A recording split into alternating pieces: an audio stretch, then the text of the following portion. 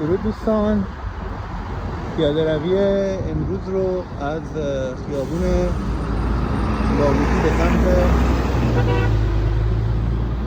بازار میرگان و بعدش خیابان ترسونزاده میخوایم انجام بدیم. امروز 1 ماه می هست و ببینیم که راجع به چی میخوایم صحبت کنیم. خب این مسیری که من میرم تقریبا مسیر خلوتی هست. البته این جاده بازسازی شده، قبلا اینطوری نبود، الان عریض شده و دو طرفه و تردد بسیار راحت‌تر شده. ببینید اون ساختمونایی که اولش نشون دادم کلا به این ترتیبه که اینجا داره خونه زیاد ساخته میشه، آپارتمان زیاد ساخته میشه، آپارتمان‌های نوساز.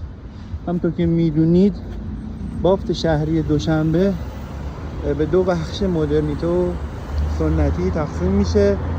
بخش سنتیش که عمدتاً مربوط به دوران شوروی سابق هست، خونه هایی که از اون زمان به جا مونده به صورت ویلایی هست و خب خیلی هاشون خیلی قدیمی شدن و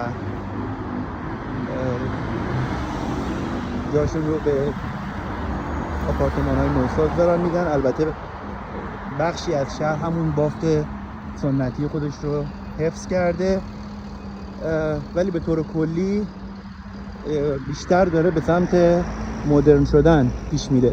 این که میبینید داره ساختمان‌های زیادی ساخته میشه، آپارتمان‌هایی که مشاهده میکنید چندین طبقه هستن، خب بیشتر به خاطر اینی که هم آینده نگری هست و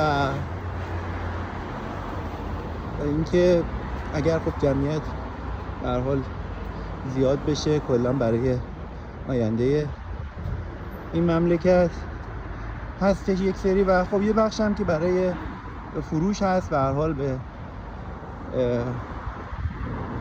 مخصوصا حالا کسایی که از خارج میان، مهاجرینی که از بیرون میان یا از شهرهای دیگه میان وارد دوشنبه میشن، این ساختمان‌های نوساز به فروش میرسن. در صورت این چیزی که مشخصه اینه که ساخت و ساز زیادی در دوشنبه در جریان هست. یعنی روبروی من الان این خونه‌های ویلایی رو میبینید، کاملا متفاوت هست با اون بافتی که من نشون دادم. اینا قسمت ویلایی هستش. حالا در مورد خونه ها و قیمت هاش خواستم بعداً توضیح بدم، ولی الان اشاره میکنم. ببینید خیلی ها براشون سوال هست قیمت ها به چه صورته. من در حد اطلاعات خودم میتونم بگم که حدوداً یک جای متوسط در شهر دوشنبه نزدیک به متری تقریباً $1000 شما میتونید در نظر بگیرید قیمتش رو. حالا یکم این ور اون ور متخصصین هم میتونن بهتر نظر بدن، یا مردم خود دوشنبه اگر اطلاعاتی دارن میتونن که در کامنت ها برامون بنویسن و من رو هم آگاه تر بکنم. ببینید این ونایی که میبینید همه جا هستن و با قیمت مناسب مسافرین رو جابجا میکنن. همشون هم شماره دارن، مثلا منطقه 25 یا منطقه 12، منطقه 2، 18، هر شماره‌ای که ون ها باشه به راحتی نشان دهنده مسیر تردد هست و کم هزینه هست به نسبت تاکسی هایی که در شهر رفت آمد میکنن. البته خب تعدد تاکسی ها هم که حالا من شنیدم 12-13 هزار تاست. رو آمارا البته میگم دوستان تاجیک بیشتر میتونن کمک کنن، آمارای من فقط روی شنیدم. بله کمک میکنم به اینکه خب مسافر تو راه نمونه دیگه، یعنی تردد راحت باشه. و اینکه اینا از 10 سامان حداقل شروع میشه. 10 سامان الان فکر کنم نمیدونم 18,000 تومنه. من سال قبل که می اومدم 6,000 تومن بود، الان هر سامان 18,000 تومن تا 20,000 تومن هست قیمتش. آره تاکسی ها اینا از 10 سامان حداقل شروع میشه. یعنی شما چند قدم که برید، چند مترم که با تاکسی برید 10 سامان میشه، ولی ممکنه مسافت قابل توجهی رو برید و 10 سامان بشه. بعد از اون هر 1 سامان و 1 سامان اضافه میشه تا بتونید که به مقصد برسید و هزینه نهایی رو پرداخت بکنید. خب ببینید دقیقاً اون آپارتمان ها هم میشه گفت قدیمی هستن در مقابل اون آپارتمان هایی که دارن نو ساخته میشن. من بیارم جلو تو این آپارتمان های نوساز که دارن تکمیل میشن و اینجا آپارتمان های قدیمی.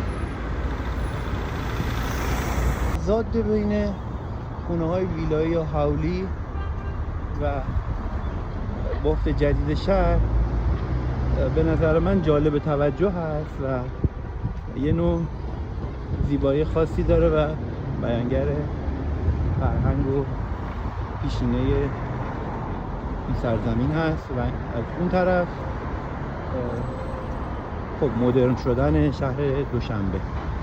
خب این سمت من یک مدرسه خیلی خوب و مجهز هست و مدرسه های اینجا همه داره حیاط های بزرگ هستن، اکثرا زمین فوتبال دارن. خوبه کلا مدرسه هایی هستن که دلگیر نیستن در واقع و بچه ها به هر حال احساس نسبتا خوبی دارن. خب اومدم که یکم از خیابون البته با رعایت احتیاط من بگیرم. در مورد قیمت خونه ها که گفتم از $1000 به بالا پایین با توجه به دوری و نزدیکی به سطح شهر به بالا پایین میشن. در مورد اجاره ها هم تقریبا میشه گفت که باز میانگین در سطح شهر شاید مثلا 4000 سامان در ماه. این صدای اطراف هست که در حال ساخت و سازها هستن. خب تقریبا همه جای دوشنبه یه چیزایی داره بازسازی میشه. هر خیابونی برید یه نوسازی داره انجام میشه و خب این نشانه خوبیه به نظر من.